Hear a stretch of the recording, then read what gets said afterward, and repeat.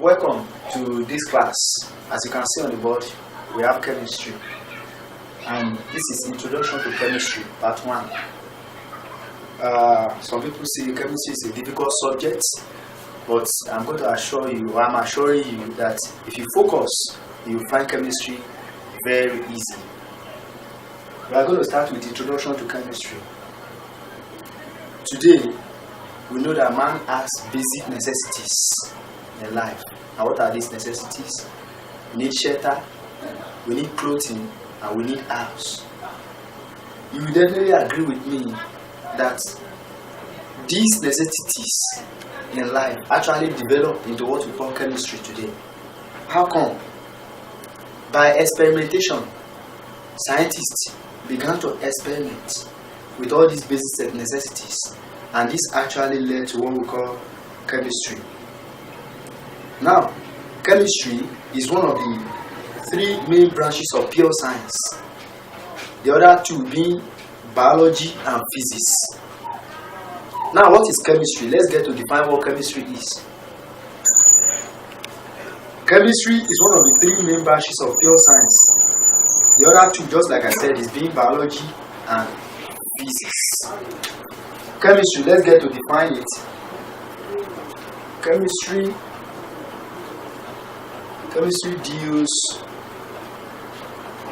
with the composition. Chemistry with the composition, properties and uses of matter. You can see now, chemistry deals with the composition, properties, and uses of matter. What is matter? It's a common definition around us that matter is anything that has weight and occupies space. Then we talk about basic necessity of man earlier in this course. That necessity of man include housing, shelter, and housing, that is shelter, food, and clothing. These are matter. So chemistry deals with the composition, properties of all of these, and the uses of all of these things. It also probes into the principles governing the changes that matter undergoes, because some matters will change from one state to another. Then let's proceed to the careers. Having introduced ourselves to what chemistry is all about, I can still summarize once again. Since ancient times, that man has experimented with materials around us to feed, to clothe, and to shelter ourselves. So what started as our satisfaction has now led to the science of chemistry. Then we are able to define what chemistry is. It deals with the composition, the properties, and the uses of matter. Now let's look at careers in chemistry. If you as a person, if you study chemistry, what can you do as a person? Despite the challenges we find ourselves as in Nigeria today, what are those things you can undergo or that you can do as a chemist, somebody that study chemistry? Number one is, let me write the topic first, careers, or the subtopic, careers in chemistry. Looking at careers in chemistry. Number one, career in chemistry is teaching service. Teaching service. As you can see what I'm doing now, what am I doing? I'm teaching you. So if you study chemistry, you can become a chemistry teacher. So that is one of the careers you can take up in chemistry. So chemistry teachers and lecturers in secondary schools, polytechnics, college of educations, and university laboratory assistants in schools and in university. So if you study chemistry, you can become a chemistry teacher. That is under teaching service. That is one career in chemistry. Number two is health service.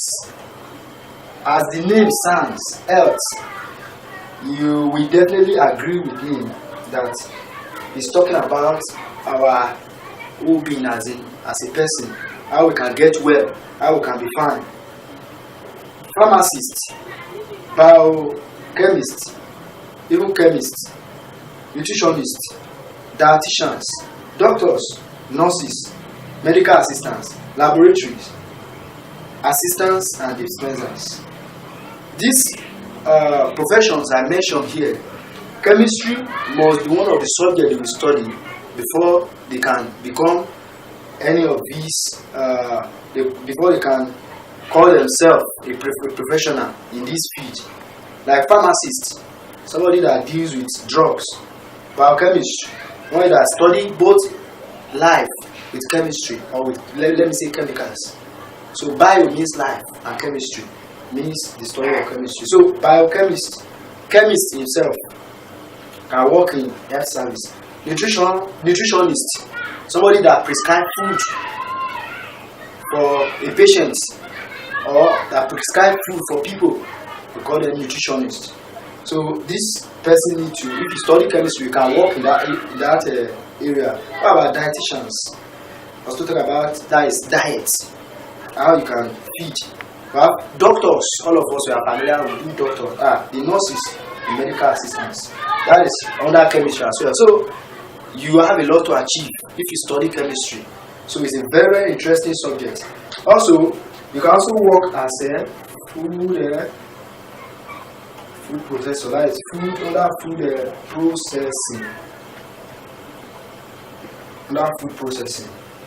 Now, food technologists and research chemists, petroleum and petrochemical, food technologists and research chemists. So you can work in this area if you study chemistry. We also have what we call petroleum and petrochemical industries. You can work in that area as well.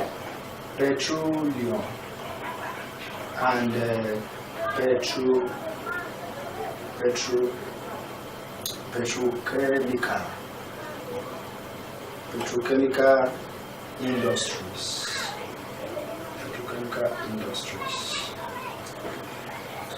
Petrochemical industries. Application chemists, research chemists, chemical engineers, and laboratory assistants. In this area, you can work in this regard: petroleum industry, petrochemical industry. If you study chemistry, you definitely have a place in that organization. Even chemical engineers, you can work there. So, if you go to university, if you study chemistry, or if you study chemical engineers, chemistry is definitely going to be involved. Also, manufacturing industries is also part of career in chemistry. Manufacturing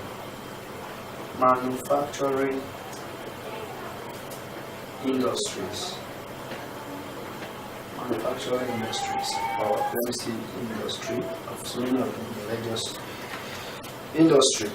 Research chemists and chemical engineers in a wide variety of manufacturing industries, such as iron and steel works and cement factories. That is under this manufacturing industry. So, if you work in, you can work in this area: iron and steel work industry, cement factories. You can work in that area, and other industries are associated with manufacturing industry. The next one is extractive industry. It's another place as a chemist that you can work. We have a extractive industry. When you word extractive, what does it mean? That is to extract something. It has to do with the ground. So, as a chemist, you study chemistry, you can work in this industry as well. Chemists, like we have the mining engineers, those people that mine something from the ground. Also the geologists, those people that study the earth around the environment and the natural resources that God has blessed us with. So if you study chemistry, you can work in this industry, extractive industry. What about agriculture? You may wonder that how come will agriculture enter chemistry?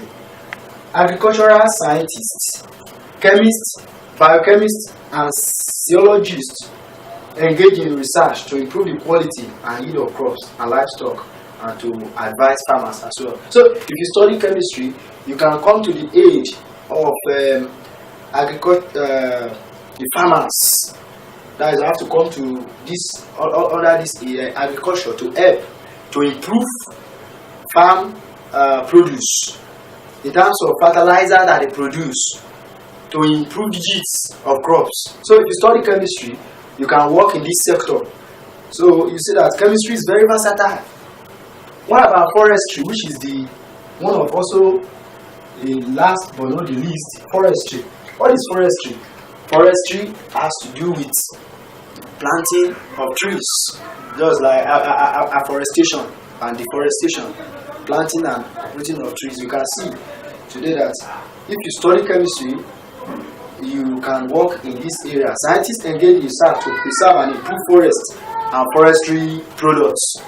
So if you work in this area, if you study chemistry, you can work in this area.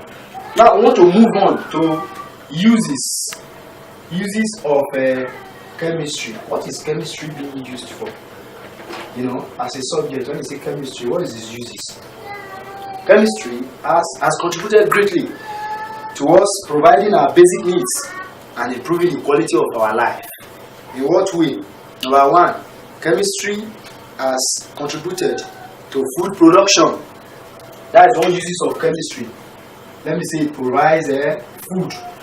Although directly, chemistry may not give us food, but in what way are they supporting the, let me say, in what way are they providing for? That means they are supporting food production.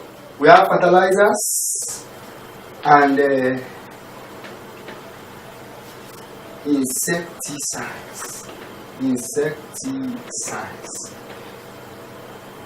which are being produced by chemists to increase food production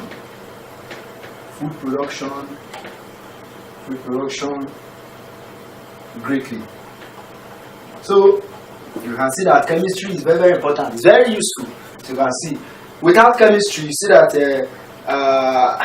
I don't know what might have happened to Nigeria, even the whole wide world, because without food, man cannot live. So chemistry is really helping in this regard, in terms of producing fertilizers, even insecticides, to kill those insects disturbing farm produce. And this has gone a long way in increasing food production. Chemical processes are designed especially to preserve and store food as well. There are some chemical processes that are designed to, even after producing those foods, they apply some chemicals. E.g., we have the tin tomato. You cannot just be put inside the can without being applied without chemical. Otherwise, it is spoiled easily. And some other food like that, or perishable food items that we chemistry help in, preserving for a long period of time, so that it can be exported to other distant countries and is available to more people. It's not only in the area of food, just like we said earlier. We said the basic necessity of man: food, clothing, and shelter. We have talked about food. In what way is chemistry contributing to clothing? Now let's see how chemistry is contributing to clothing. Man made textiles. Man-made textiles fibers produced. Man-made textile fiber produced as a result of intensive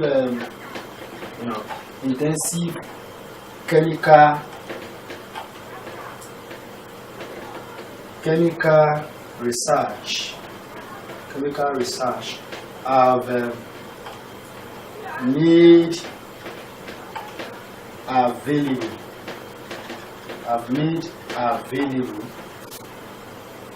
a wide range of clothing materials. Made available a wide range of clothing materials which can be bought cheaply. Which can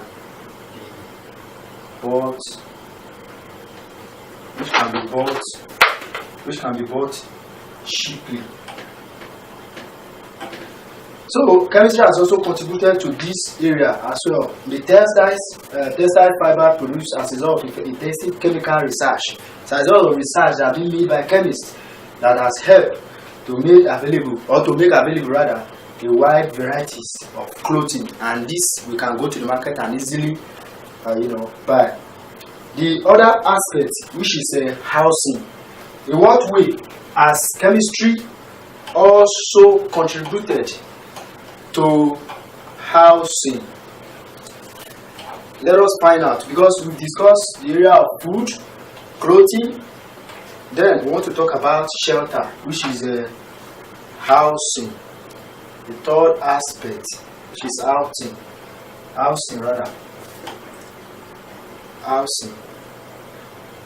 Many high-rise buildings, when you see around, you may be surprised, are being constructed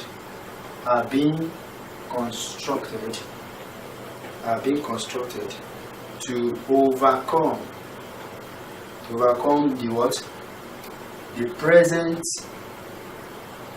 present need for housing, especially in cities. You will definitely agree with me that we have more populations in the cities than in the villages. You definitely agree with me. And as such, no space to occupy these people. Then what is needed? We need high-rise building.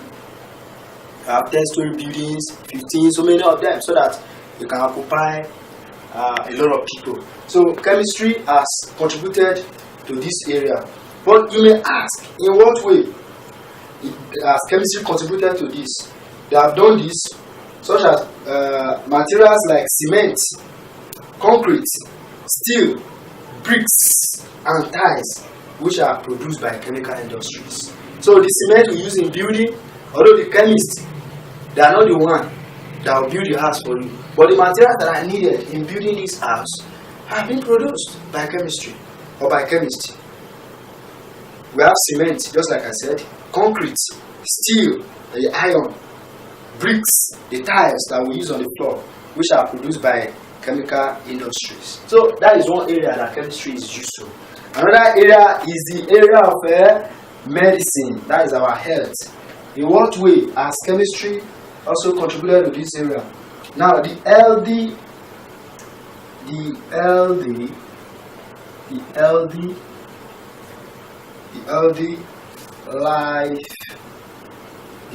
life that many of us enjoy,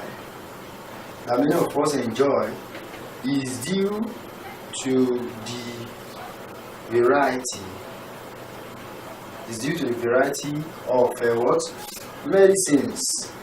Due to the variety of medicines that are available. As a result of chemical research. As a result of chemical research and technology, chemical research and technology. You can see it. So we have a lot of medicines, chloroquine, pyridine, so many of them. All these things don't just come by chance. It's a result of the chemist making effort, making research, so that all of this will be produced. So as you study deeper in chemistry, you are going to see how chemistry has contributed to this area, how they have helped in producing some of these drugs. What and what they join together in producing all these drugs. We are going to get to know all of this. But in the meantime, just know that chemistry has contributed to that area. It's a very important subject that you need to study, that you need to be inquisitive about, that you need to learn more about.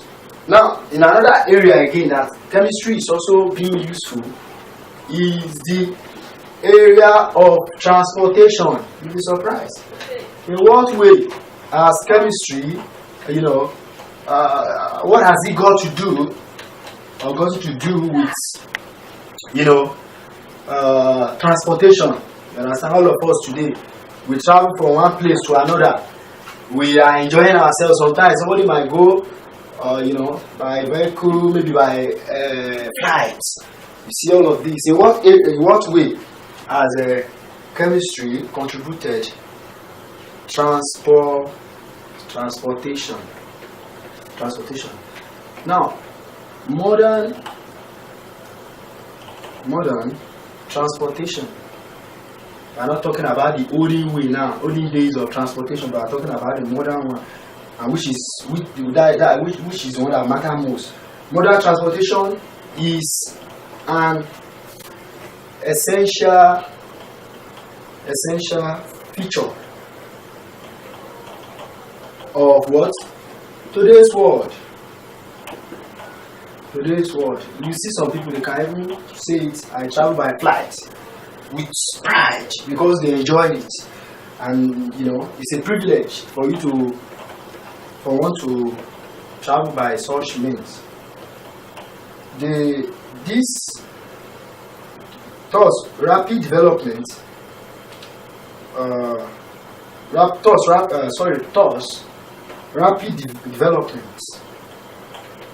Rapid development from what? Those olden days. Remember, from cat food by what? By animals to the latest aircraft was made possible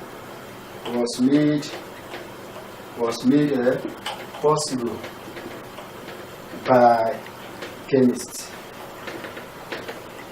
In what way? Chemists producing suitable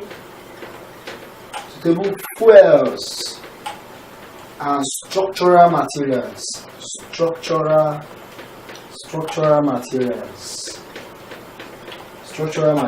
like alloys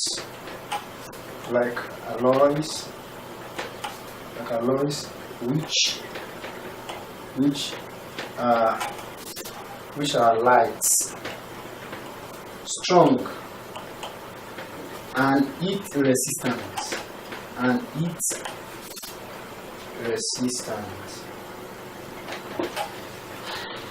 You can see it. Now you may ask, in what way has chemistry contributed?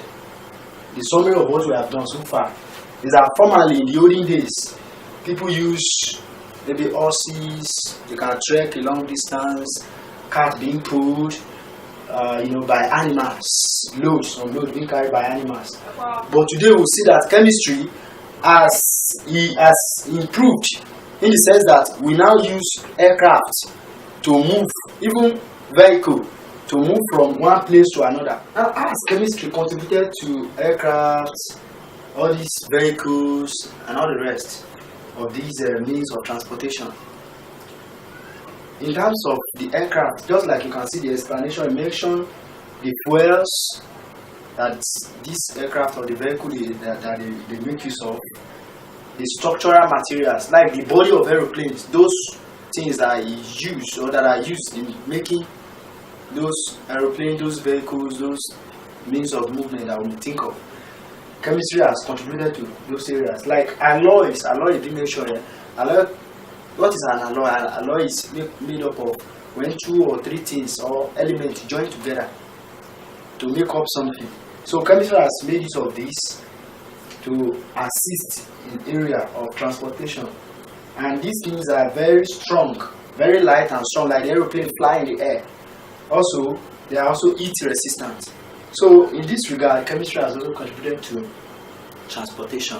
We can see that all in all, chemistry is a very interesting subject, very useful subject that all need to study. So I'm encouraging you as well to take your time to go through all what we have done today. Come, next class, we are going to start with this topic that says adverse effects of chemistry. Well, life is full of pro and cons. What do we mean by that? We have advantage and disadvantage. So chemistry has a disadvantage. All these things that are being made, these things that are being used, they have an adverse effect, like all these chemicals we are talking about using preservation of food. In what way are they affecting mankind? We are going to find out this in our next class. So you do well to go through what we have done today. Wish you all the best till our next class again. Thank you very much.